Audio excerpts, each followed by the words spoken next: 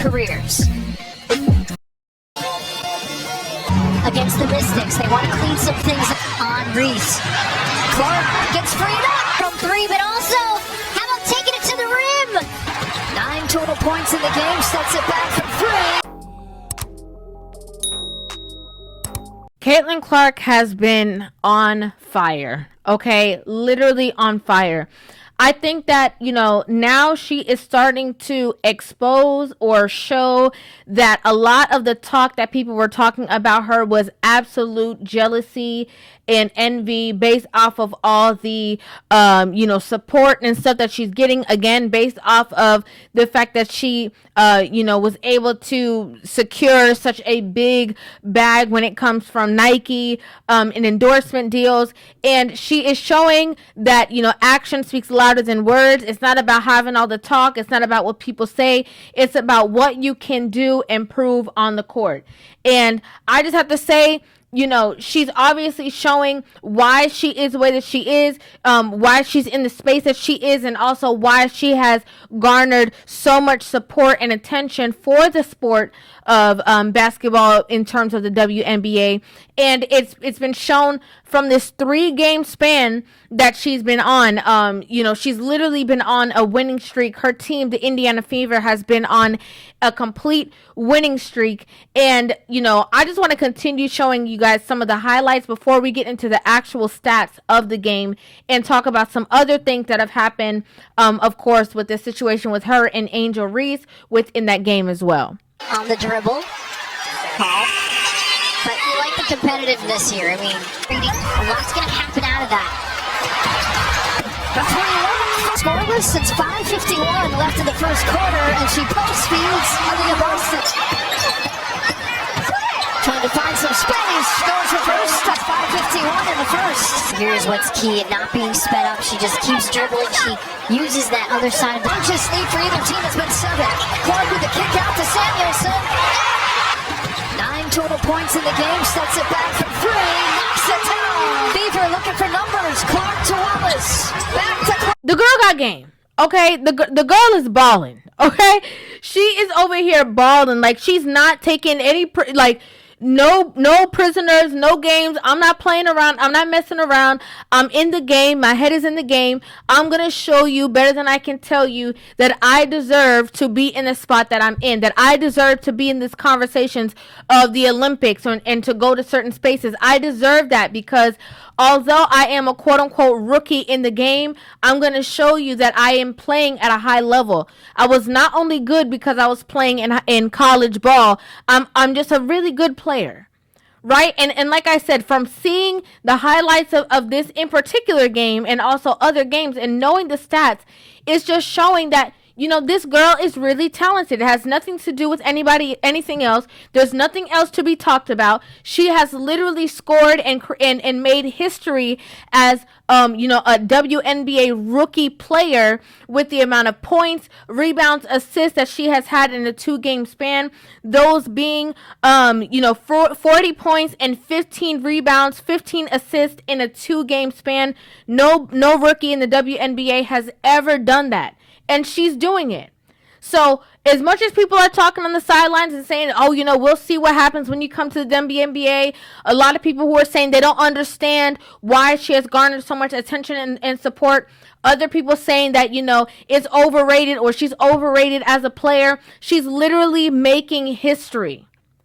So are you saying that, the points that she's scoring are not valid? Are you saying that she is not as good as we are literally seeing that she's doing? There's other people who have paved the way for her to be in the sport or other women who play WNBA games, and nobody is saying that those women are also not talented. However, we have noticed that there is a vast difference in again, her record breaking, the things that she's able to do, and the attention that she is garnering. We cannot shy away from that and act like it's not happening. Shovel pass busted. Clark penetrating. Like this, her last 4, shooting 29% from 3, gets blocked. But Clark's got 14 blocks in her WNBA career. ends the fourth quarter, an 8-3 rebounding advantage. Clark pulls, fires. Just let the game come to her today. She hasn't been forcing things, and this is not an easy. Someone forgot about Smith.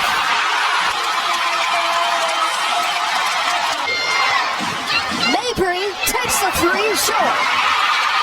Rebound. One thing I have to say is that, again, one thing that I'm loving to see is that she is not only balling, but there is, you can see that the team is actually coming together in support of her, and they're all working together in unison, right? It's not like it's everyone against Caitlin and even her teammates as well. They're all working in unison, in harmony.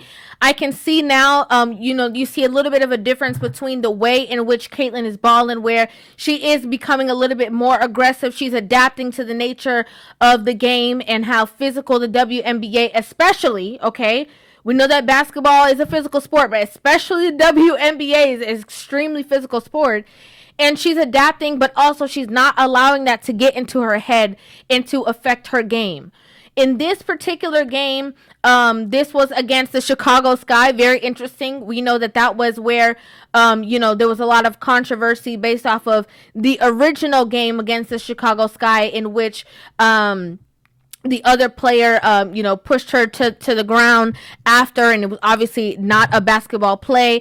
We were very well aware of that game. It was the same game in which Angel Reese stood up on the sidelines and was cheering her, teammate that did that or whatever at that time. So it was interesting to see this game play, but it seemed as though when Caitlin stepped into this game, she was like, yeah, no, I'm not that same girl from a couple games ago. Like, I'm not playing with you guys. I want to show you guys that I'm serious about the sport. I take my position serious, and I understand the magnitude of how I play this game. In this particular game, she scored 23 points. She had 9 assists, 8 rebounds. It could seem as though with this game also being the game in which Angel Reese, had the flagrant foul against her, which we're going to see play here in a second. It can seem as though, there's truth that sometimes when people are losing, they get very emotional. They get emotional in the game, and then they start to do kind of foolishness, because of the fact that they're losing, or it's possible that they might lose. I'm going to go ahead and play this clip. This is the actual full play of what happened when Angel Reese did commit that foul, which ended up being a flagrant foul against Caitlin Clark. And then I'm going to also give you guys my opinions on that after. 21 points, 8 rebounds, 9 assists, and Dana Evans. Clark, hammer. 3 Sky players coming over. And the official is pointing to his head here, and I think they're going to look at this. The foul, I believe, to Angel Reese. Yep, across the head, and they will go to the monitor to review this one. Okay, so we could see that in this play, Caitlin Clark is trying to make a shot, and we see that Angel Reese, being the position that she is, and being a very strong defense, she was trying to block the ball, and her forearm, and a little bit of her wrist caught Caitlin Clark's head. So we're going to see it here as well. Okay, boom. So we see, she's leaning towards the ball. Her teammate is also leaning towards the ball, and her head connected with Caitlin Clark's, her hand connected with Caitlin Clark's head. I think that we have to bring this up all over again, because a lot of people are misunderstanding. A lot of people who are, Caitlin Clark detractors and Angel Reese fans, a lot of people have a hard time understanding that any time that there's any kind of hand contact or strong contact with the head, that's going to be a flagrant foul. There's no way around that. Like, that's just what it is. There's nothing else to talk about. And, yes, it is a physical sport, but however, there are still boundaries, and that's okay. Right? It's just about protecting everybody, protecting all the players, and there's no hard feelings about that. what I'm starting to find is that a lot of people are getting very emotional about these things, and they feel that the league as a whole is trying to, somewhat protect Caitlyn and make it seem like everybody else is the villain story, or villainize everybody else. And I have to say a couple of things about that, right?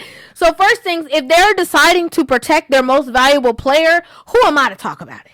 Okay, like, who am I to say anything if they are deciding to protect their most valuable asset, who is, again, bringing eyes to the game, who is bringing so much interest to the sport, who's bringing more finances to the game, But at the end of the day, I don't see that as being what's actually happening. I think that a lot of people are, because of all the attention that she has, and because of all the eyes on her, and because of her quote unquote notoriety, a lot of people are trying to find fault or defend things that do not need defending. If it was a mistake that you made and you were going for the ball and you accidentally hit her in the head, cool. It happened. You got a flagrant foul. That's it. There's nothing else to be said. There's nothing else for us to try to figure out. Let's just move on. It is what it is. But then what I found is that Angel Reese actually went to the press conference afterwards and had something to say, which we're going to get into that also. And it's starting to seem as though the Angel Reese train is more of like a woe is me, this is not fair, how come this and how come that, when it is just a part of the game. And without saying too much, I'm going to go ahead and play it, and then I'll give you guys my full feelings about that after. I think it'll be upgraded here. On the flagrant, did you feel like that? The basketball play. Yeah. Did you feel like that was the appropriate call, or? It's a basketball play. I can't control the refs. They affected the game obviously a lot tonight. So can't. But it did look in, but like you were going for the ball. I mean, I'm always going for the ball, but y'all gonna play that clip 20 times before Monday. So. Well, we don't work in TV, so I'm not gonna play it anymore. But I mean, this clip gonna get out somewhere. I know. On my side, you're correct. Yes. Yeah. You. This is the part that what I'm saying. I didn't want to speak too much before playing it, but this is the part that exactly what I'm talking about, right? So, in saying that the refs have affected the game so much in the night, it would seem as though, again, the 23 points that Caitlin Clark made, the 9 assists, the 8 rebounds, like all of that was kind of like a wash, and it's basically trying to allude to the fact that the games are affecting the game in Caitlin Clark's favor, whereas we literally are watching the highlights. Like, we're literally watching in real time what happened. We saw everything that occurred. If there was no contact to her, there would be no reason to call a foul or a flagrant foul. It would have never happened, because the refs cannot literally call something that did not happen, especially if they go back and they do a replay and, everybody watches it on the big screen. If there's no contact, there's nothing to be said. But if you did have any contact with another player, all bets are off. Especially if it is contact to the head. And this is a whole entire thing that a lot of people are saying and a lot of people are talking about. There's nothing wrong with, even in this space, to have accountability for your actions and say, yes, it was a basketball play, I made a mistake, and full stop. Trying to now blame the reps or trying to put something off on the reps to make it seem as though, they're not doing their job correctly because they're messing up the game or whatever, just because, the game was not going in Chicago Sky's favor. I think it just comes off a little bit distasteful, and it only fuels the feud between Angel Reese and Caitlin Clark. Now, I do want to say this. In basketball being a physical sport, right? We know that is a physical sport. I have to say it again, especially in the WNBA. Okay, which we're going to get into that in another video, but especially in the WNBA, it is absolutely a physical sport. What we don't want the game to come down to is that every little thing is going to be picked apart and it takes away from the game, right? We do not want it to be where, anybody in the sport is necessarily babied, or they have the refs have to keep interjecting and have people sit on benches and this and that constantly, and it interfere with the game in itself, where people are not allowed to actually watch the full game without constant interruptions. We do not want that. However, again, it is very important in any game that is played that there are rules and that they are protecting all players. Right? The same thing happened when Angel Reese got basically clotheslined to the ground, and Angel Reese herself was defending it and saying that's just what it is. I understand that I have to go harder. However, with that play that happened with Angel Reese when she was literally, like I said, choke slammed to the ground, if that could have, changed her entire career. That could have definitely hurt her because of how tall she is, how high she went up, the fact that there was no stability, and then the fact that she fell right directly on her head. I mean, her spine, her neck, all of those things could have been injured. And although she is, defending the fact that it's a tough sport, it is very vital and important that, especially, again, when there's any contact to the head, the neck, any kind of force, that it is upgraded to a flagrant foul, again, to keep the parameters in check and to protect all players. Now, was that an emotional play? I don't know. Did it seem to me when I first watched it, right? No unfiltered, no introduction from anybody else. Me, in my opinion, when I was watching it, did I think that she was going for the ball? I did. Based off of her eye contact, based off of what she was looking at, based off of her whole body language, I thought that she thought that she was, definitely going to block that ball. That's my opinion. That's what I saw. That's what it looked like to me. It did not look like it was anything malicious or, anything was being tainted. It did not look that way. It looked like she was, playing basketball. It was a basketball play. She is a very aggressive player on the court. Nothing wrong with that, right? She's a very strong defense. And it looked like she was just going to block the ball. It just so happened that when her hand came back down with as much force as she was putting for the ball, it ended up connecting. No problem. Flagrant foul. Let's move on to that. But again, it can seem as though it's a woe is me card whenever you're now saying, oh, the refs were doing this and the refs weren't doing their job, and they affected the game, wholeheartedly tonight, as if the refs calling the flagrant foul when they did would have affected the fact that they were going to win the game. Because I don't think so. Again, I have to say it again. In the second game after this, the game that was played on June 19th, Caitlin Clark scored 18 points. So, again, I have to say, she's the first rookie to score 40 points, 15 rebounds, 15 assists in a 2-game span. This girl is showing everybody that she came here to ball. She came here to make a name for herself. Regardless of what everybody wants to say, regardless of the haterade that people are drinking, regardless of the envy, the jealousy, she is putting, the proof is in the pudding, and she's showing everybody that she is super talented and she deserves to be constantly talked about. Bottom line.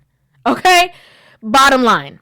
And this is not to say that there's not other good players. This is not to say that Angel Reese herself is not a good player, which I think she is a good player. Also, there's also so many other great plays. But speaking of the rookies, Caitlin Clark is making a name for herself on and off the court, and we can see why. I'd like to know what you guys think about this in the comment section down below. I would love to hear you guys' opinions on this video. Make sure you guys hit that subscribe button and give this video a thumbs up. And I will see you guys in the next one. Love you.